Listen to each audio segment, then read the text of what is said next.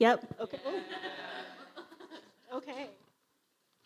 All right. Okay. Yeah, for those who don't know me, my name is Charlie. My full name is Charlotte Rose. No one calls me that. Thanks, Bethan. I've been a member here at VH for about 3 years. And like Bethan says, I currently lead our Connect groups. I came to VH after a 12-and-a-half-hour night shift where an over-enthusiastic colleague decided to ask if I was a Christian and invite me to church. The rest is history, and you can thank Tyra that you have to listen to me today. Yeah. So today, our topic is murder and anger. Or as I like to call it, check yourself before you wreck yourself, and please don't murder anybody. Yeah. You know, 90s kid, got to have a little bit of Ice Cube in there. Yeah, okay. Let us pray, and then we'll go into the Word. So, Father, thank you for bringing us here today. Thank you for the Word that you are giving us. Thank you for the change that it's going to make in our lives. Please just let our worldly worries just fall away as we listen to you, and let your light shine through. Amen. Okay, so today we are in Matthew chapter 5, verses 21 to 26. Yep, sir, good. Okay, so it says, "You have heard that it was said to those of old, 'You shall not murder, and whoever murders will be liable to judgment.' But I say to you, everyone who is angry with his brother will be liable to judgment. Whoever insults his brother will be liable to the council. And whoever says, 'You fool,' will be liable to the hell of fire. So if you're offering your gift at the altar, and there remember that your brother has something against you, leave your gift there before the altar and go. First be reconciled to your brother, and then come and offer your gift. Come to terms quickly with your accuser while you are going with him to court, lest your accuser hand you over to the judge to the guard, and you be put in prison. Truly I say to you, you will never get out until you have paid the last penny." Great. Okay. So when reading this, I think it's actually quite easy to gloss over it. It's quite simple. Don't murder. Don't be angry. Cool. Got it. Thanks, Jesus. What's next? Hit me up. Right? But if we take our time and look at it a little bit closer, it's actually quite a challenge. So let's look at it. So first it says, "You have heard it been said, 'You shall not murder.'"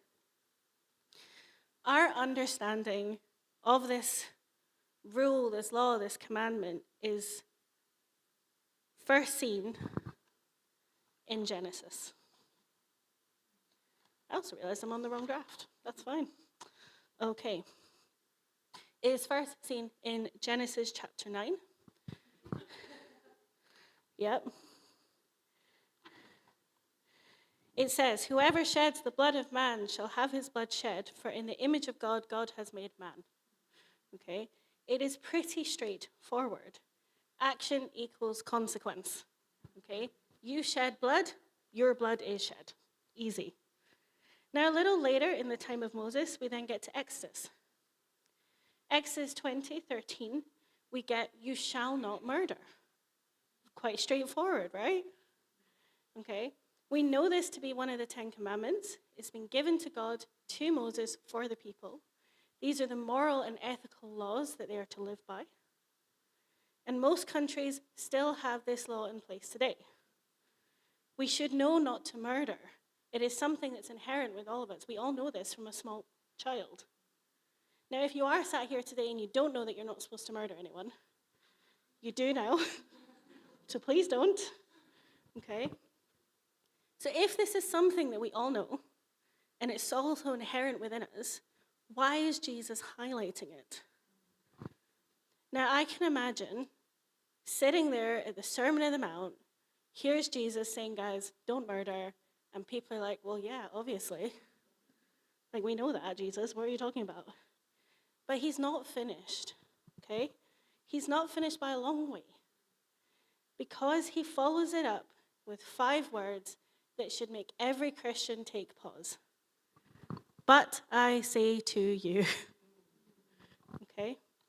When you hear those words, something's coming, okay? It could be a challenge, a shift in perspective, a revelation, a step up in what we should be doing. But you know it's going to get good. Okay. Whatever has came before those words is no longer enough. Jesus is raising the standards from an earthly human understanding to that of God's understanding. God expects more from us than the legal bare minimum. It is a call for us to change. So what does he say next? Everyone who is angry with his brother is liable to judgment. Here's the thing. Everybody gets angry. It is impossible not to get angry. If you think you don't get angry, you are lying to yourself. Getting angry is a part of being human. Whether it is because you're driving along and someone does something stupid on the road in front of you, right? You get angry at that. I know I do, okay? It could be that you feel wronged somehow. Someone has done something to you and you just feel so overwhelmingly angry. You might lose your job. You're angry at your employers. It could be that somebody you know is hurting and you're angry on their behalf. It is normal. Okay, it is normal to be angry. Jesus got angry. Okay, we see that in the Bible. So anger is okay to a point. What is not okay is holding on to the anger, letting it seep in, letting it simmer under the surface, whether it's for hours, days, months, or in some cases even years. The important thing to realize when Jesus is talking to the people here on the Sermon on the Mount, that they did think that was okay. It was okay to be angry with your neighbor. It was okay to hate your brother, provided you didn't pick up the kitchen knife and act on it. Okay? Only the external act of murder is what mattered. Jesus is clearly telling us this is not the case. Your thoughts can lead to the same punishments, same judgments as the actions. Jesus gives the people an illustration they can understand. The judgment that he is referring to here in the passage is the judgment that they know. It is going in front of a court. It is being in front of a judge and accepting your punishment. So he's telling them, if you do not want to be in court, watch it. Be careful with your anger. What does he say next?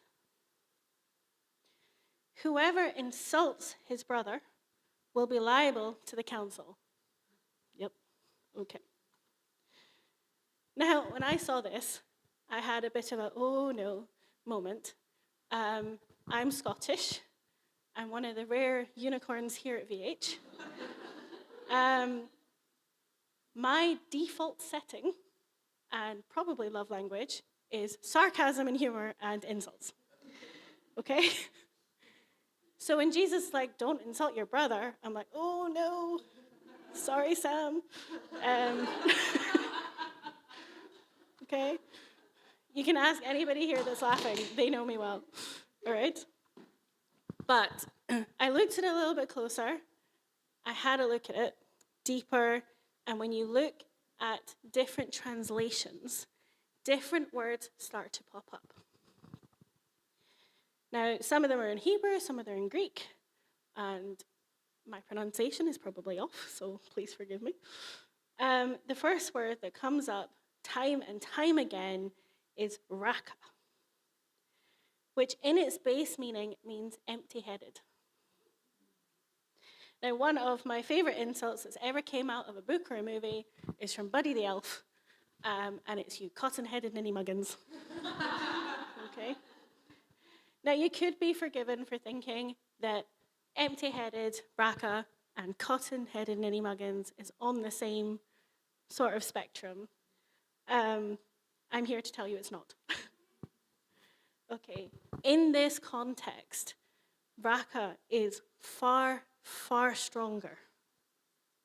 It is far more demeaning. It is an attack against a person. It is an attack against their character and their reputation. It is not lighthearted like Buddy the Elf or When I Talk to Sam. Okay? It is spoken with contempt, disdain, and hate. Okay? It's really quite serious. The same can be said with the Greek more, which is along the lines of calling someone a moron. It's the intention and the tone behind the words that are mattering. How do we know it's serious? Okay? We know it's serious because Jesus tells us whoever does this is liable to the council. Judgment for anger was going to in front of the court. The council being referred to here is the religious council. They are a higher authority than that of the court. If you end up in front of the spiritual religious council, you are in big trouble. Jesus ended up in front of the religious council. It's what led him be crucified. It is a scary place to be, and really not somewhere you want to be.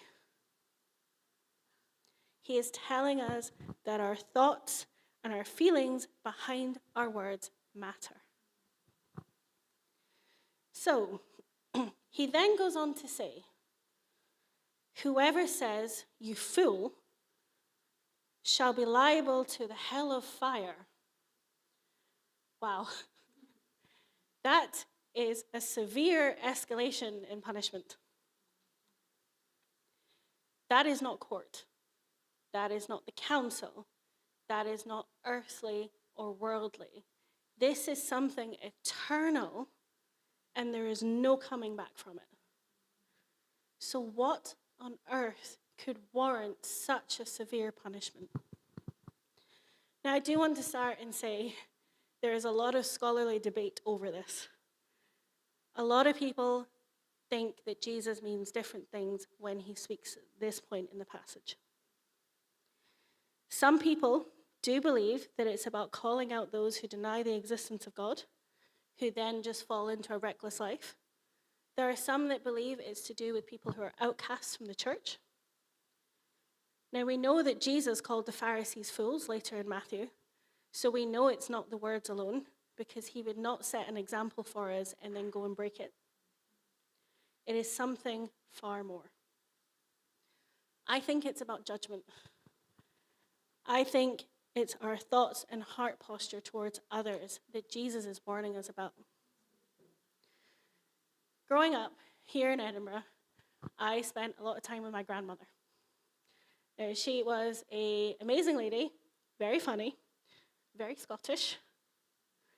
And if any of you have ever met a Scottish granny, you know that they do not keep their opinions to themselves. Yeah. One of my core memories, because it happened time and time and time again, is being on the bus with my grandmother. And somebody would come on the bus. Oh, would you look at the state of that? What is she wearing? Like, shh, stop. Everybody can hear it. Again and again and again. She would also make comments if there was a young mum on a bus with a small child in a buggy and the mother was not talking to the child.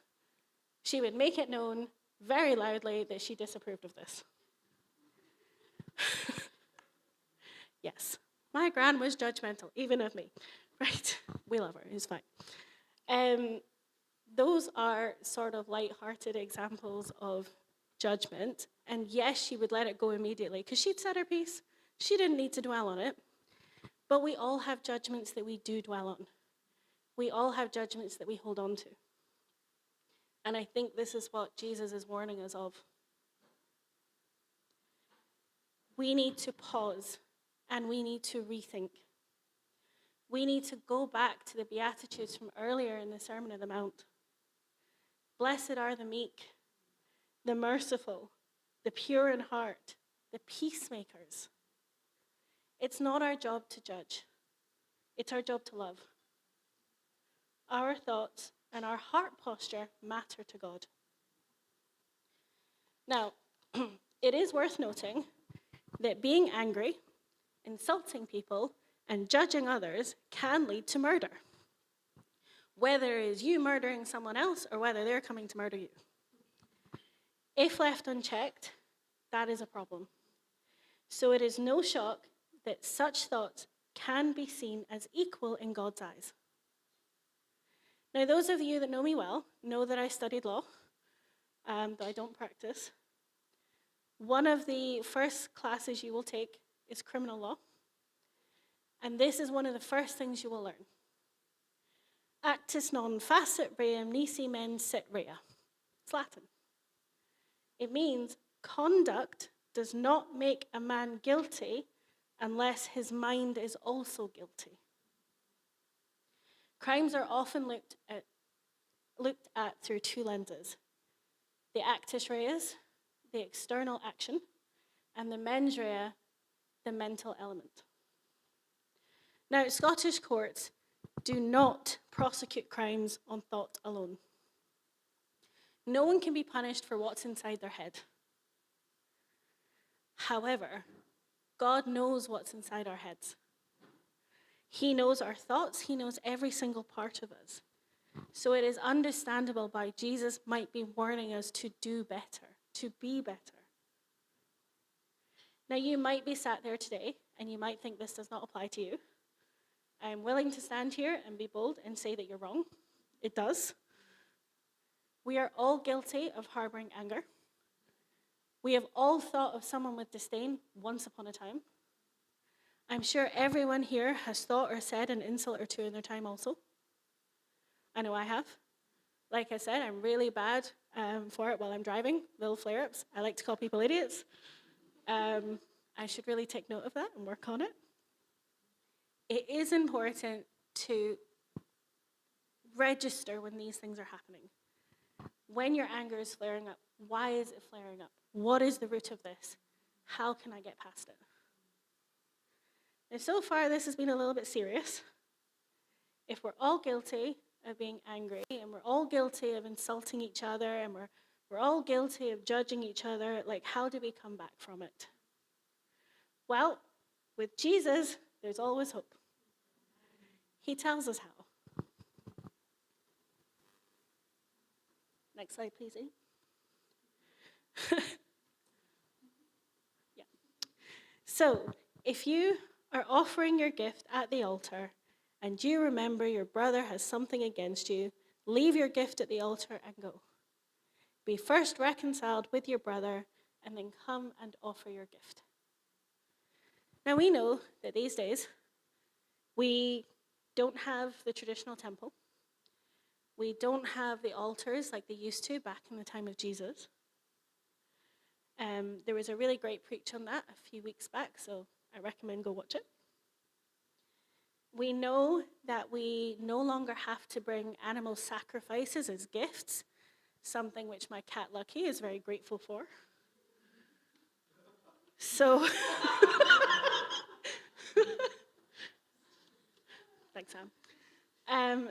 So how does this then apply today? If we've got no temples, no altar, no Lucky here in Grassmarket?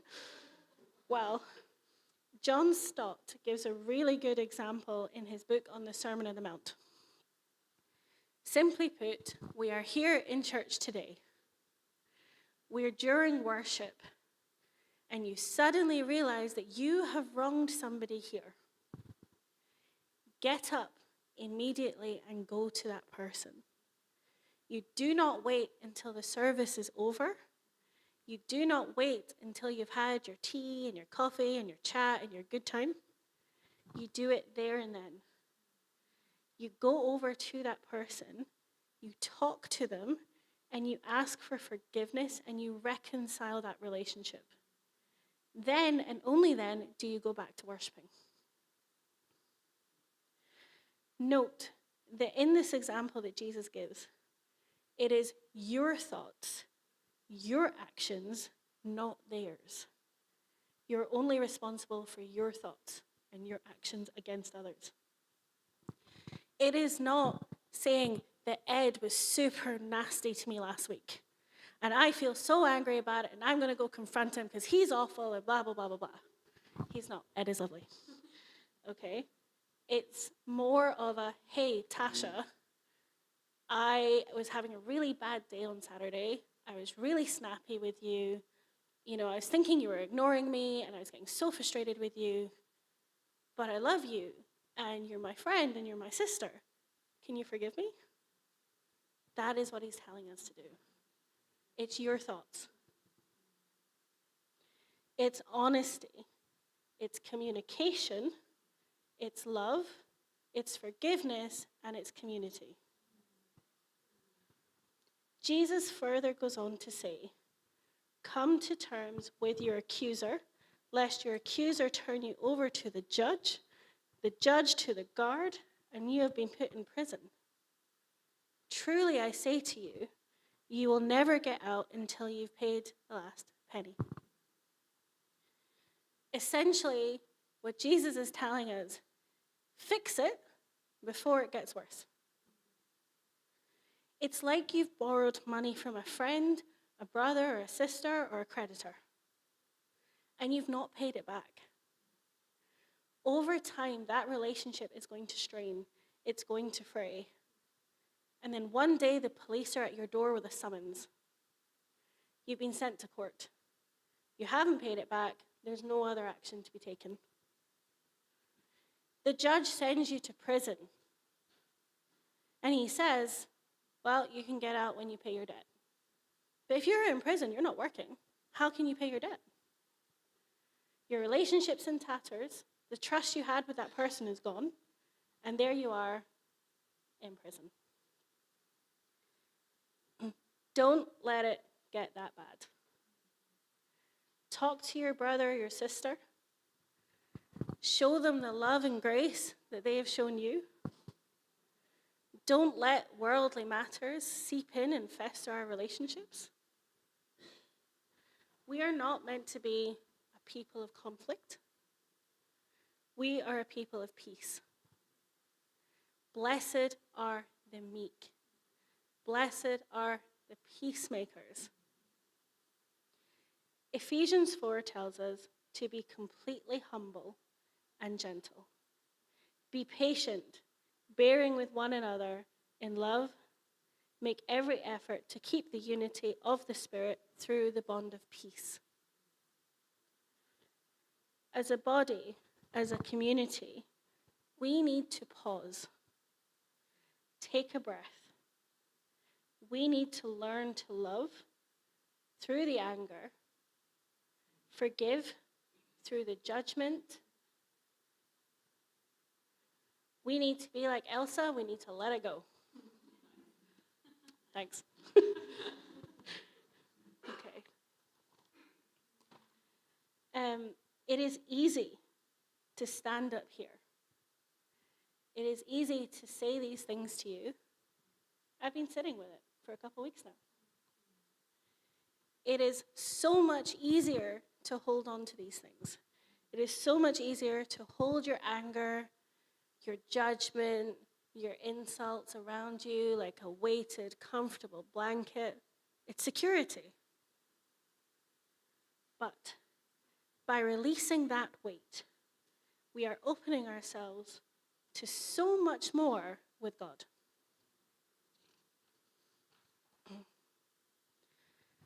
The good news is We're not alone, okay? You can ask for help. Here in VH, we have a pretty solid community, okay? If I have a problem, I can go to pretty much anybody here. In fact, everybody here. If I'm feeling really frustrated and I'm so angry with this person, I can be like, Hannah, I'm so angry, help me. And do you know what she'll say? Yeah, okay, let's go talk about it. And we'll deal with the issues, and we'll work on it together as a community. But do you know who else you can ask for help? God. He's there. He's waiting for you to ask him for help. He's cheering for you. Have you ever tried to pray for someone that you're angry with? The anger doesn't last very long. It is so hard to stay angry as soon as you bring God into the mix. All things are possible with God. Give him the anger. Give him the ill thoughts, the lack of forgiveness. Lay it at his feet and just see what he does with it. It's going to be great. You don't know what it is yet, but you know it's going to be good. Take the chance. I can promise you it's worth it. We don't need the kitchen knives to solve our problems. We have something far, far greater at our backs and within us. While it is really hard at first to lay these things down, I can promise you it is not as hard as trying to clean up after murder.